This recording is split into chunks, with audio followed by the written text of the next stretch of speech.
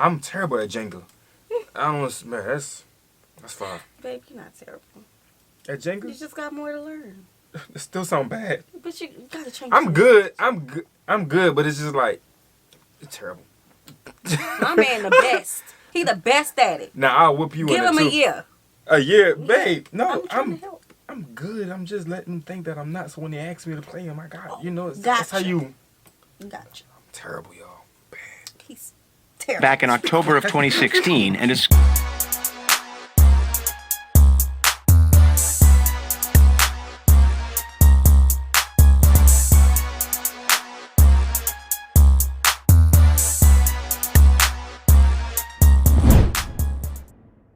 What's good, y'all? It's the Demouchets REACT, and we're back with another video. Who we got today, C? Today we're back with another American reaction. Yes. Super excited about this video. If you're new to us And we're new to you, make sure you scroll down, hit that subscribe button, and turn on the post notification bell. because we're on the road to 200K.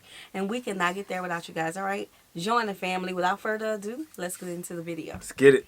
soaring above the cloud line is the undisputed icon of the city, the world's tallest skyscraper, the Burj Khalifa, with 163 floors ascending a startling 828 meters, or 2,716 feet.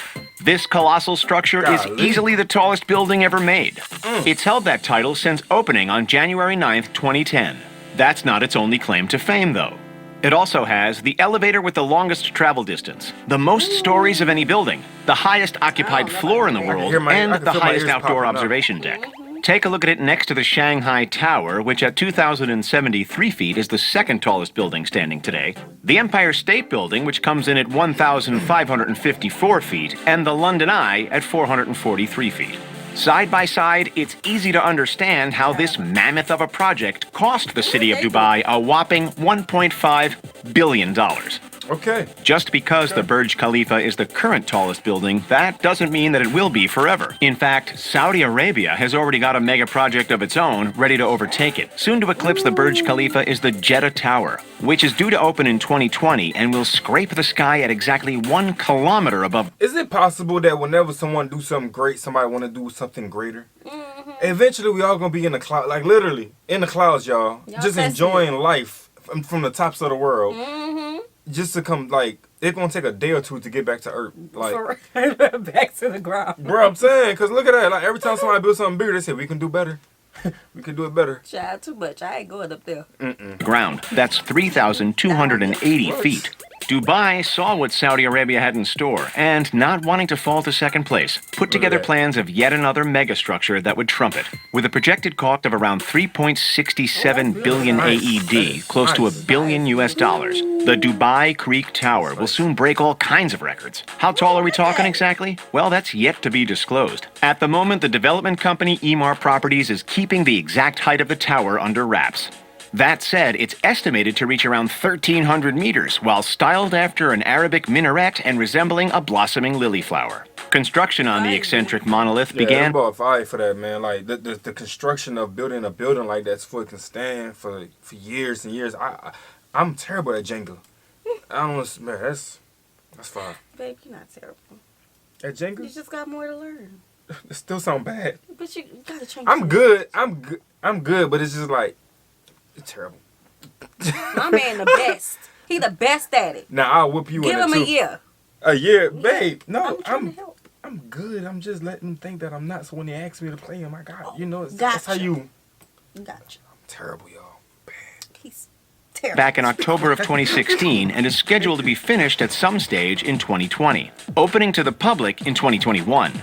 It's touted to have up to 10 viewing platforms, some of which will rotate, along with luxury residences, offices, restaurants, and sky gardens inspired by the Hanging Gardens of Babylon.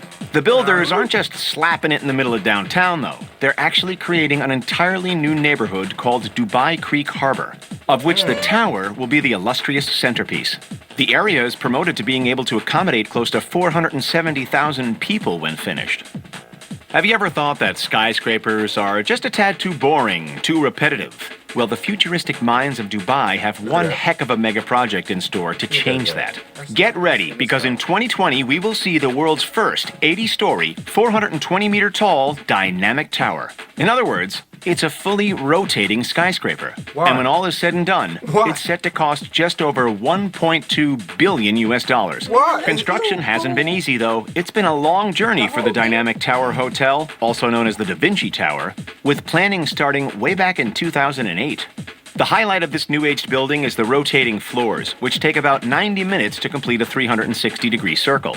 You'll need between $4 million and $40 million to buy a floor or an apartment when they go to sale, depending on how high in the building they sit. Best of all, residents will be able to control the rotation speed and direction of their individual luxury apartment. So if you want to catch the sunrise, just rotate your apartment 90 degrees.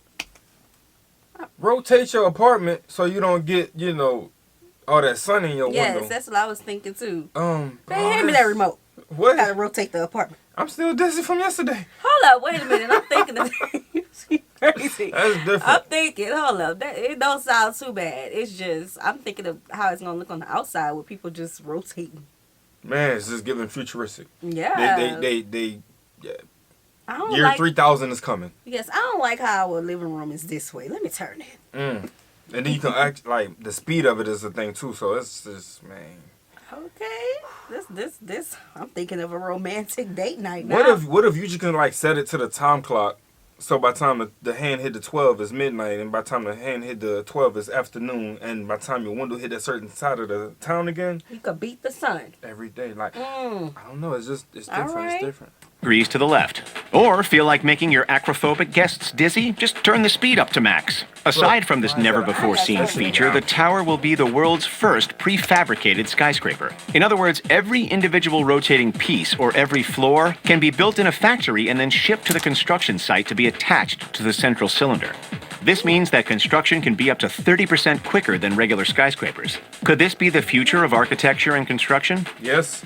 In case you haven't 100%. noticed, Dubai clearly has a love for any and all things futuristic. That's why they've gone ahead and developed another amazing mega project, the so-called Museum of the Future. With a projected cost of 499 million AED, or about 109 million USD. The innovative Dubai landmark will be one of the most expensive of its kind ever made. On the outside, it will resemble the shape of an eye, which is supposed to relate to ideas of perception and knowledge. On the inside, it will show off the most impressive feats of human creativity and technology, with more robots on hand than we'd ever need.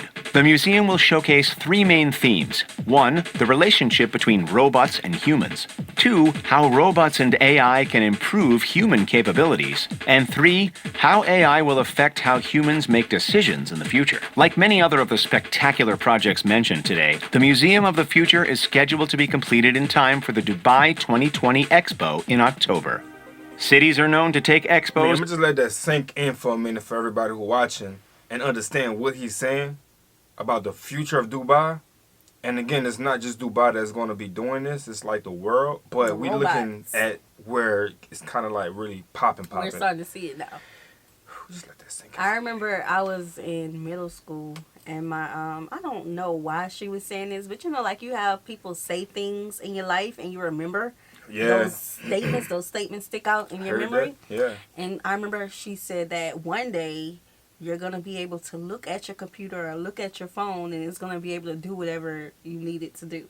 And now it's unlocking our phones and our computers. Just by the senses. Yeah, just by your eyes, just looking at it. And Just that was imagine. way back in like 2004, 2005 when she said that. Very seriously, having built some of the most iconic landmarks on Earth in preparation for their own. The Eiffel Tower in Paris, the Space Needle in Seattle, and the Atomium in Brussels, to name a few. Next up, we've got one of Dubai's most famous long-standing icons, the Burj Al Arab, better known unofficially as the world's first 7-star hotel. As one of the city's first mega projects, the Burj Al Arab was completed over 2 decades ago, in 1999. Despite that, however, it still remains a symbol of ultimate luxury. The unique building sits on its very own man-made island and is shaped like a sail. At the time, it cost around $1 billion to construct, largely due to the immense work needed to secure foundations in the sand below. If you feel like renting out one of the 202 rooms on offer, you'll need to fork out at least $2,000 a night. And that's just for the cheap rooms. Pfft, chump change, right? Yes. Then why not stay in the outrageously lavish royal suite? As a room truly fit for a king, it'll set you back a whopping 24 grand per night. At least you'll get to play on one of the provided 24-karat gold iPads. God. We've heard of the Hyperloop before, right? If you haven't, it's essentially an ultra-high-speed train capable of connecting Dubai and Abu Dhabi in 12 minutes. That's close to 7 times faster than highway driving. Fast train, big deal, we've seen it before. But wait till you hear what Dubai has in store next for transport. Dubai to Abu Dhabi is one thing, but how about Dubai to India? In just 2 hours, the proposed underwater train could connect the City of Gold to Mumbai via Fujairah, joining two nations which are close to 2,000 kilometers apart, about 1,200 miles in just 2 hours. But how would it all work? Surely you can't build a tunnel that long. According to a video released by the UAE's National Advisor Bureau Limited, the underwater journey would be within a long tube floating just beneath the surface of the Arabian Sea. It wouldn't be concreted to the ocean floor. It would simply float there, suspended and held in place by a network of floating rigs.